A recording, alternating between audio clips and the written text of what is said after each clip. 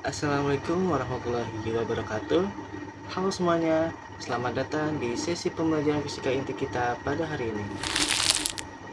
Saya Tala Putro yang akan membantu kalian untuk memahami pembelajaran fisika kita pada hari ini. Kali ini kita akan membahas tentang sebuah bab yang sangat fundamental dari buku klasik Kenneth S. Crane, yaitu tentang radioaktivitas alami. Banyak dari kita menganggap bahwa radioaktivitas itu sebagai sesuatu yang buatan, berbahaya, atau hanya ada di reaktor nuklir. Padahal, kelahiran fisika inti sendiri itu justru berawal dari pengamatan terhadap radioaktivitas alami. Pada tahun 1896, Harry Becquerel secara tidak sengaja menemukan bahwa garam uranium meninggalkan bekas pada plat foto meskipun tidak terkena sinar matahari.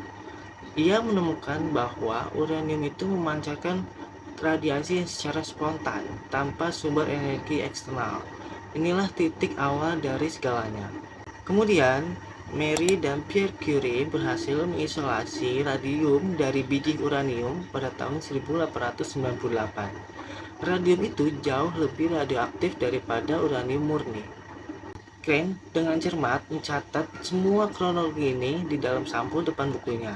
Dari sana kita belajar bahwa alam semesta itu tidak diam. Alam itu terus berubah, lalu inti atom itu tidak abadi. Radioaktivitas alami adalah bukti bahwa alam semesta ini sedang dalam proses menuju kestabilan. Dan kita sebagai pengamat di abad ke-21 beruntung bisa menyaksikan proses ini masih berlangsung. Sebelum kita masuk ke rumus dan perhitungan, Crane mengajak kita untuk memahami bahwa radioaktivitas alami itu terbagi menjadi 3 kategori besar. Ini penting karena setiap kategori itu memiliki asal-usul dan skala waktu yang berbeda. Mari kita bahas satu persatu. Yang pertama yaitu ada nuklida primordial. Kata primordial sendiri berasal dari bahasa Latin yaitu primordium yang berarti awal mula. Nuklida primordial adalah inti atom yang sudah ada sejak bumi terbentuk, sekitar 4,5 miliar tahun yang lalu. Mereka adalah sisa-sisa dari ledakan supernova yang terjadi sebelum tata surya kita lahir.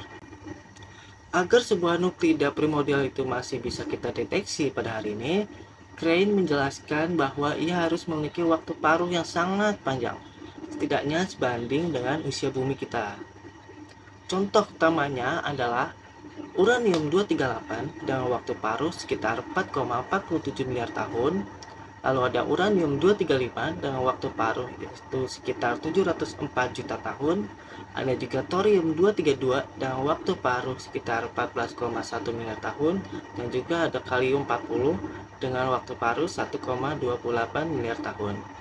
Inti-inti ini adalah fosil hidup dari proses nukleosintesis yang terjadi sebelum matahari lahir. Kedua, ada nuklida kosmogenik. Nuklida kosmogenik terbentuk saat ini juga, setiap detik di atmosfer di atas bumi. Partikel bermuatan tinggi yang datang dari luar angkasa yang kita sebut sebagai sinar kosmik itu bertabrakan dengan inti atom seperti nitrogen 14 dan juga oksigen 16. Tabrakan ini memicu reaksi nuklir yang menghasilkan inti baru yang sangat radioaktif. Contoh yang paling terkenal adalah karbon 14. Reaksinya kurang lebih seperti ini. Jadi sinar kosmik ditambah adanya nitrogen 14, dia akan menghasilkan karbon 14 ditambah menghasilkan proton. Karbon 14 ini kemudian menyerap ke seluruh atmosfer, diserap oleh tumbuhan, kemudian masuk ke dalam hewan dan manusia melalui rantai makanan. Inilah yang menjadi dasar metode penanggalan radiokarbon. 3. Yang ketiga, yaitu ada radioaktivitas internal dalam tubuh. Tanpa kita sadari bahwa tubuh kita sendiri itu juga sedikit memiliki radioaktif. Tubuh manusia mengandung sekitar 0,2% kalium. Dari jumlah itu, sekitar 0,0117% adalah isotop kalium 40 yang bersifat radioaktif.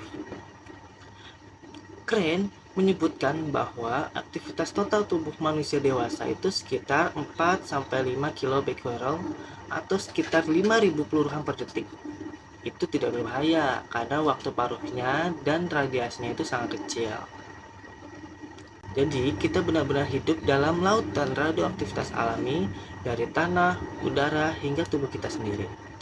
Dari ketiga kategori ini, dua diantaranya akan kita hitung dalam soal pada hari ini, yaitu primordial melalui thorium-232 dan juga ada kosmogenik melalui karbon 14. Oke, sekarang kita masuk ke dalam inti matematika dari bab ini.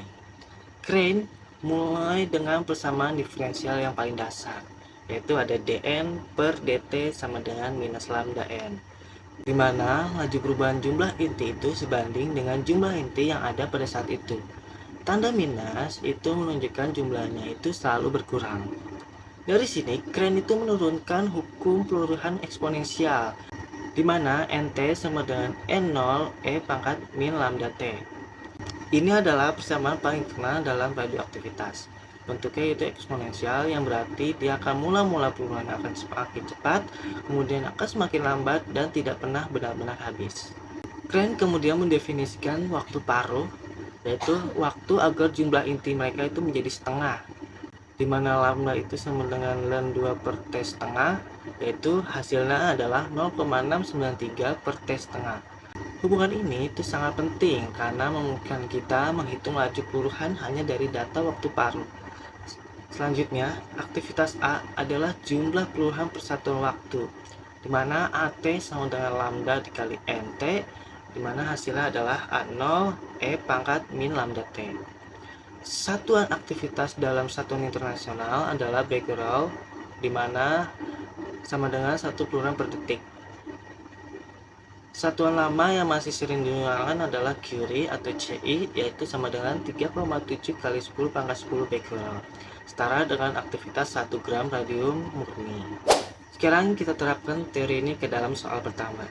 Ini tuh termasuk soal kategori nuklida primordial. Soalnya yaitu peluruhan radioaktif 232Th akhirnya menghasilkan 208 Pb yang stabil.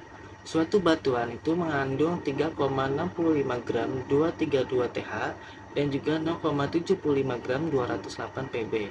Tentukan umur batuan tersebut. Mari kita bedah langkah demi langkah. Yang pertama yang harus kita lakukan adalah menghitung massa atom dari masing-masing unsur, di mana 232Th itu memiliki massa atom 232 gram per mol, dan juga massa atom dari 208 Pb yaitu 208 gram per mol.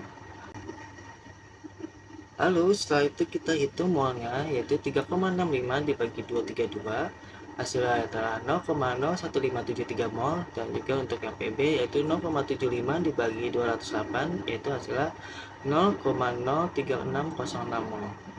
Setelah itu kita pahami asumsi peluruhan. Jadi dalam deret thorium itu satu atom 232Th pada akhirnya itu menjadi satu atom 208 Pb. Jadi jumlah 208 yang ada sekarang itu sama dengan jumlah 232Th yang telah meluruh.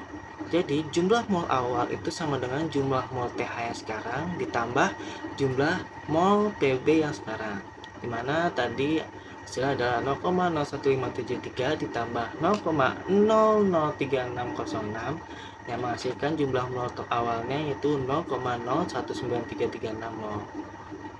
Lalu setelah itu kita gunakan hukum peluruhan. Dari buku Crane, waktu paruh 232Th itu sebesar 1,41 kali 10 pangkat 10 tahun. Yaitu kita bisa hitung lambdanya 0,693 dibagi 1,41 kali 10 pangkat 10 sama dengan 4,915 dikali 10 pangkat minus 11 tahun. Nah, rasio jumlah saat ini itu terhadap jumlah awal kita bisa hitung, dimana kita menggunakan hukum peluruhan yang menghasilkan waktunya yaitu 4,20 kali 10 pangkat 9 tahun. Jadi ini adalah umur batuan yaitu sekitar 4,2 miliar tahun. Angka ini sangat konsisten dengan usia bumi yang diketahui dari metode penanggalan lain. Selanjutnya, soal yang B, jika batuan tersebut dihancurkan, partikel apa yang terperangkap dapat dikumpulkan sebagai gas helium. Pada tekanan 760 mm Hg dan suhu 0 derajat, berapa volume gas helium yang dapat dikumpulkan? Pertama, kita hitung dulu jumlah atom yang meluruh. Dari perhitungan sebelumnya, jumlah 232Th yang telah meluruh yaitu adalah 0,003606 mol. Itu kita bisa hitung yaitu 0,003606 dikali 6,022 dikali 10 pangkat 23, Hasilnya yaitu 2,171 dikali 10 pangkat 21 atom. Setelah itu kita bisa hitung juga jumlah atom heliumnya. Setelah itu kita hitung jumlah atom heliumnya.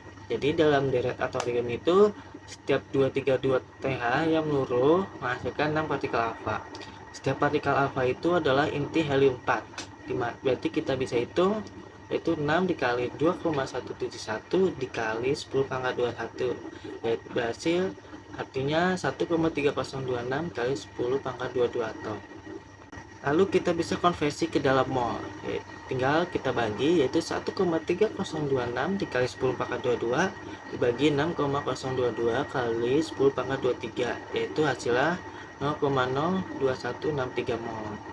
Lalu kita gunakan hukum gas ideal di mana P-nya itu sama dengan 1 dan juga T-nya itu sama dengan 273 Kelvin. Kita bisa hitung volume gas heliumnya yaitu 0,02163 dikali 0,082057 dikali 273 dibagi 1, hasilnya yaitu 0,484 liter. Ini adalah volume gas helium yang dapat dikumpulkan, jadi sekitar 0,484 liter pada STP. Sebelum ke soal kedua, Crane itu menyoroti satu produk turunan dari kategori primordial yang sangat penting bagi kesehatan, yaitu ada yang namanya gas radon 222. Radon adalah gas mulia yang tak berwarna, tak berbau, dan juga tak berasa. Ia adalah produk buruhan langsung dari radium 226 yang berasal dari uranium 238 di dalam tanah. Karena radon adalah gas, ia akan merembes naik melalui pori-pori tanah dan masuk ke dalam rumah kita, terutama melalui retakan di fondasi, celah lantai, dan juga saluran pipa. Di ruangan dengan ventilasi buruk, seperti ruang bawah tanah, radon itu bisa terakumulasi hingga tingkat yang paling berbahaya. Ketika radon menyeluruh, partikel alfa yang dipancarkan itu bisa merusak jaringan paru-paru. Radon adalah penyebab utama kedua kanker paru-paru setelah merokok, setelah ribuan tahun terperangkap. Inilah mengapa Crane menyatakan bahaya radon dalam bukunya. Jadi, fisika ini tidak hanya tentang rumus, tetapi juga tentang kesehatan lingkungan. Nah, sekarang kita bahas soal kedua dari buku Crane. Ini termasuk dalam kategori nuklida kosmogenik. Soal yang kedua yaitu adalah a sample of wood from an ancient shelter give 2.1 decays per minute. Another sample of the same size from a recently cut tree give 5.3 decays per minute. What is the age of the sample?